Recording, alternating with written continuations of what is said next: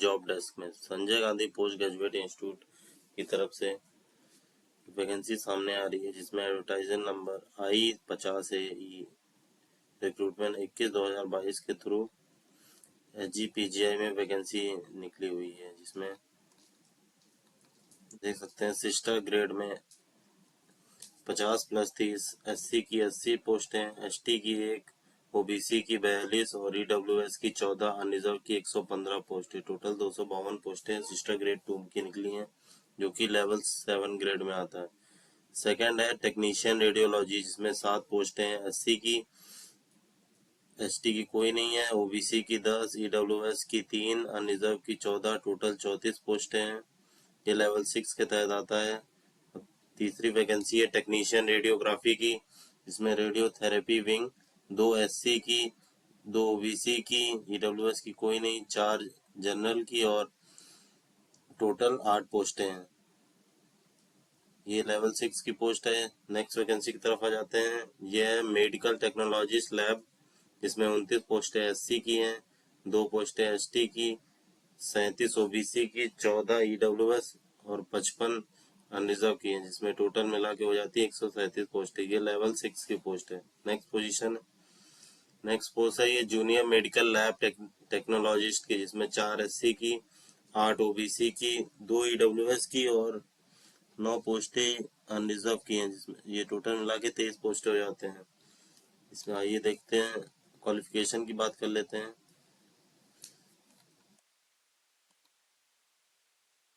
इसमें sister grade 2 की qualification BSc honours nursing, BSc nursing from an Indian nursing council, यानी कि BSc आपको ऑनर्स या फिर नर्सिंग में होना चाहिए, या फिर BSc पोस्ट सर्टिफिकेट होना चाहिए नर्सिंग में। या तीसरा है diploma in general nursing midwifery from Indian nursing council.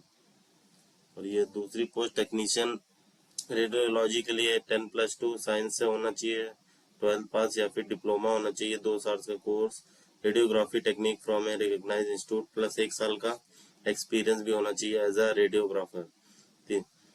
या फिर आप BSc ऑनर 3 साल का कोर्स कंप्लीट होना चाहिए रेडियोग्राफी में। तीसरी पोस्ट टेक्नीशियन की, इसके लिए क्वालिफिकेशन 10+2 है साइंस सब्जेक्ट के साथ। और सेकेंड है डिप्लोमा 2 ईयर्स इन रेडियोथेरेपी। और तीसरा 1 ईयर का एक्सपीरियंस भी इसमें मांगा, या फिर BSc 3 साल का भी इसमें चलेगा। ये चौथी पोस्ट है मेडिकल लैब टेक्नोलॉजिस्ट की, जिसमें bachelor degree medical laboratory technology या medical laboratory science from a government recognised university institute with 2 year relevant experience. 2 साल का एक्सपीरियंस भी आपके पास होना चाहिए, और उस हॉस्पिटल में जिसमें लगभग कम से कम 100 बेड होने चाहिए।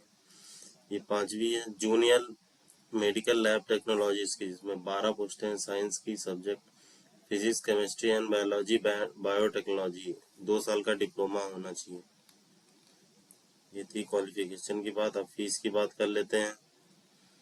इसमें आपको ग्रुप B और C पोस्ट के लिए 1600 फॉर रिजर्व कैंडिडेट, जिसमें ST SC और वुमेन के लिए। ये ग्रुप D पोस्ट है 500 इसके लिए, और 300 पे रिजर्व कैंडिडेट के लिए।